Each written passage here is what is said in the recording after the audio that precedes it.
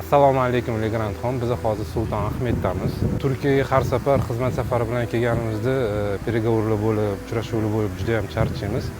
Lekin mana shu yerda bitta musulmonlarni ziyorat qiladigan joyi bor. Ishda men o'zim bu yoqqa kelganimda, bu joyni ziyorat qilganimda aurasi, energiyasi boshqacha, juda ham kuchga to'lib chiqaman.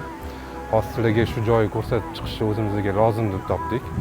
Bu Muhammad sallallohu alayhi vasallamni hayotlari davomida ishlatgan qilichlari, ya'ni urushga chiqqanlarida tishlarini qoldiqlari bu yerda muzey qilib saqlangan. Muhammad sallallohu alayhi vasallamni qadam izlari.